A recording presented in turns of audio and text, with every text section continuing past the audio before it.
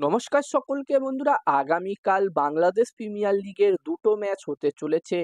Eliminator match হতে চলেছে এবং কোয়ালিফায়ার ওয়ান ম্যাচ হতে চলেছে।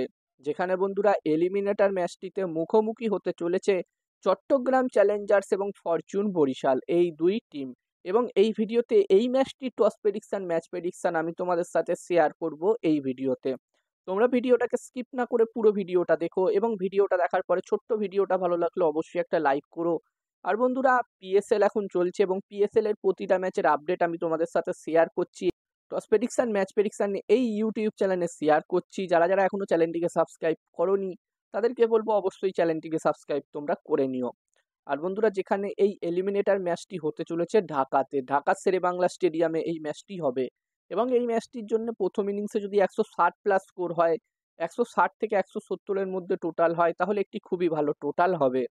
আর যেখানে চট্টগ্রাম চ্যালেঞ্জার্স এবং ফরচুন বরিশাল এই দুটি টিমের যদি আমি পারফরমেন্সের নিয়ে কথা বলি এবারের এই বিপিএল এ, তো এখানে এই দুটি টিমই সমান সমান ম্যাচ জিতেছে।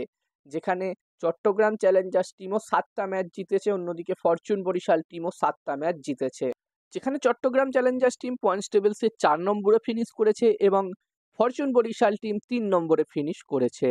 আর এই দুটি টিমের মধ্যে গ্রুপ স্টেজে যে দুটো ম্যাচ হয়েছিল সেই দুটো ম্যাচই কিন্তু চট্টগ্রাম চ্যালেঞ্জার্স টিম জয়লাভ করেছিল। যেখানে চট্টগ্রাম চ্যালেঞ্জার্স টিম একটি ম্যাচে 10 রানে হারিয়েছিল ফরচুন বরিশালকে, অন্যদিকে আরও একটি ম্যাচে তারা 16 রানে হারিয়েছিল ফরচুন বরিশালকে।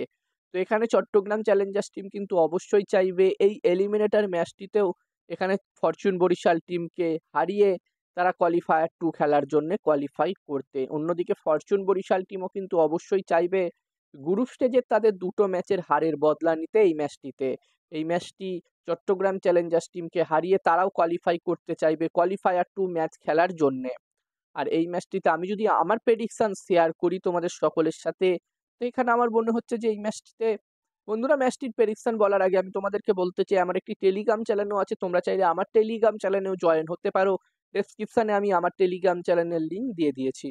আর আমার মতে এই ম্যাচটিতে এখানে টস জিততে পারে ফরচুন বরিশাল, ম্যাচটিও জিততে পারে ফরচুন বরিশাল। আমার প্রেডিকশন রইল এই ম্যাচটিতে টসও জিতবে ফরচুন বরিশাল, ম্যাচটিও জিতবে ফরচুন বরিশাল।